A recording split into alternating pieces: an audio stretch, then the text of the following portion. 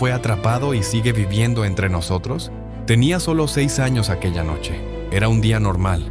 Habíamos pasado la tarde en casa de unos amigos, en un pequeño pueblo a las afueras de Florencia. Volvíamos a casa. Mi padre conducía, mi madre miraba por la ventana y yo dormía en el asiento de atrás. Recuerdo el sonido constante del motor y la voz de mi madre tarareando una canción. La carretera estaba vacía, solo las luces del coche cortando la oscuridad. Entonces escuché algo, un golpe seco como si una piedra hubiera chocado contra el auto. El coche se sacudió un poco y desperté. Al principio pensé que mi padre había frenado, pero todo estaba quieto. Llamé a mi mamá, no respondió. Llamé a mi papá, nada. Me incorporé en el asiento y los toqué en el hombro, intentando despertarlos. Los llamé una y otra vez, cada vez más fuerte, pero no se movían. El tablero parpadeaba y el aire olía raro, como a metal y humo. Sentí que el pecho me dolía del miedo. Bajé del auto para buscar ayuda. Afuera hacía frío y el viento movía los árboles. A lo lejos vi una casita con una luz encendida. Caminé hacia allá, temblando sin mirar atrás. Cuando llegué, golpeé la puerta con todas mis fuerzas. Una mujer abrió y apenas pude decir 3 palabras. Mis papás no despiertan. Nadie lo sabía aún, pero esa fue la primera noche del asesino que Italia conocería como el monstruo de Florencia. Mi ciudad cambió después de esa noche. Lo que antes era un lugar tranquilo se volvió un territorio de miedo. Las parejas dejaron de reunirse en los campos. Las colinas se quedaron vacías. Cada cierto tiempo aparecían nuevas víctimas, siempre parejas, siempre dentro de sus autos. El asesino actuaba igual cada vez, atacaba en la oscuridad y usaba la misma arma, una pistola Beretta calibre 22. Nunca robaba nada, nunca dejó huellas. Se le atribuyen oficialmente 8 ataques entre 1968 y 1985, que dejaron un total de 14 víctimas asesinadas, 7 parejas. El asesino actuó durante 17 años, convirtiéndose en uno de los casos más largos y perturbadores en la historia criminal de Italia. Hasta hoy sigue siendo uno de los mayores misterios sin resolver de Europa. En los periódicos lo llamaban il mostro di Firenze, el monstruo de Florencia. La policía no lograba entender quién era. Perdieron pruebas, acusaron a inocentes y durante años el asesino siguió libre. Crecí oyendo nombres, teorías y mentiras. Y con el tiempo supe quiénes fueron los hombres que Italia creyó culpables. El primero fue Pietro Pacciani, un campesino de mal carácter que vivía en las afueras. Lo arrestaron, lo juzgaron y hasta lo condenaron. Pero luego anularon la sentencia, las pruebas no encajaban y muchos decían que fue solo un chivo expiatorio. Después vinieron Mario Vanni y Giancarlo Lotti, 2 amigos suyos. Dijeron que lo habían ayudado, pero sus versiones cambiaban cada vez. Aún así los metieron presos, aunque los asesinatos habían terminado años antes. Antes de ellos hubo otra teoría, la pista sarda. Varios hombres de la isla de Cerdeña que vivían cerca de Florencia fueron investigados. Uno de ellos, Francesco Vinci, fue arrestado varias veces. Murió sin condena. Décadas después exhumaron su cuerpo buscando ADN. No encontraron nada. Y luego apareció un nombre inesperado. Giuseppe Joe Bevilacqua, un exsoldado estadounidense que trabajaba en el cementerio militar americano de Florencia. Algunos periodistas aseguraron que él había confesado en privado. Otros incluso lo relacionaron con un famoso asesino de Estados Unidos, el Zodiac. Pero nada se comprobó. Ni una sola prueba sólida lo vinculó al caso. Con los años, la investigación se volvió un laberinto.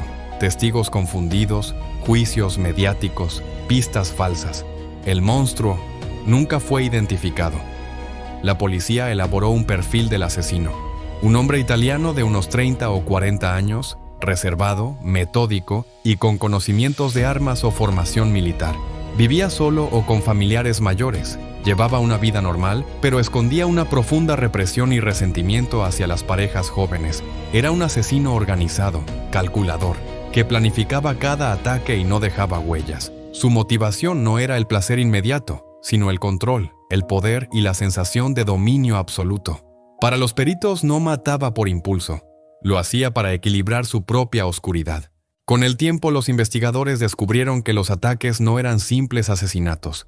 Había algo más, algo que no podían explicar con lógica ni conciencia. El asesino no solo quitaba vidas, parecía querer borrar la idea misma del amor. Elegía a parejas jóvenes, observándolas desde la oscuridad en los momentos más íntimos, cuando el mundo se reduce a 2 respiraciones y un silencio compartido. Esperaba, inmóvil, paciente, hasta que el deseo se convertía en su señal, y entonces actuaba con una calma que helaba la sangre. Algunas mujeres aparecieron con partes de la ropa desplazadas o retiradas, y con lesiones adicionales realizadas después de la muerte. Los forenses documentaron lesiones localizadas que no parecen fruto del disparo inicial, sino de una manipulación posterior con intencionalidad. Esto llevó a los expertos a hablar de actos simbólicos o rituales, no, según las autopsias, de agresión sexual en el sentido de un ataque con contacto previo.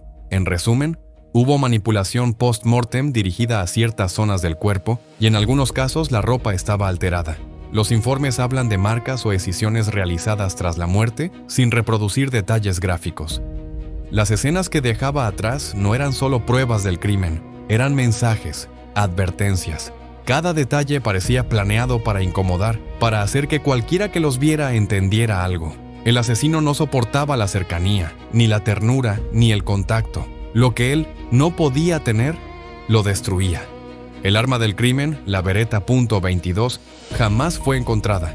En 2022 y 2023, las autoridades italianas reabrieron el caso con nuevas pruebas de ADN, pero ninguna coincidencia fue concluyente. Las familias de las víctimas aún piden justicia, y oficialmente el expediente del monstruo de Florencia sigue abierto. Si aquel hombre sigue con vida, hoy tendría entre 70 y 80 años, tal vez anciano, enfermo, mirando las noticias en silencio, mientras el mundo aún pronuncia su nombre. A veces me preguntan si creo que fue un solo hombre, o varios. La verdad, nadie lo sabe. Algunos dicen que fue el mismo asesino que aterrorizó California, el Zodiac. Dicen que las fechas coinciden, que los crímenes allá terminaron justo cuando comenzaron aquí. Es solo una teoría, pero es suficiente para que muchos no duerman tranquilos.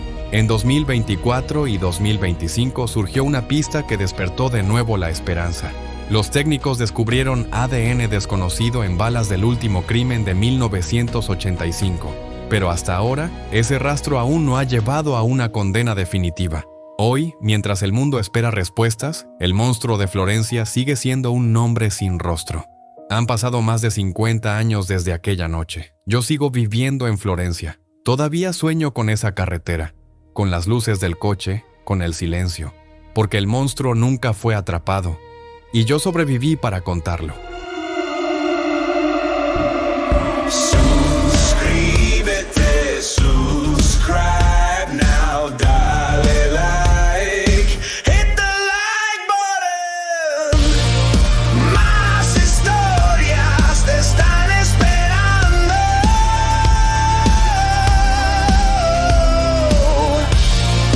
More stories are waiting in the shadows.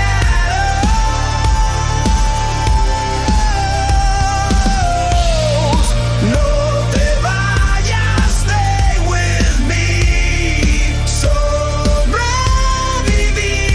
para contarlo y tú también. I survived to tell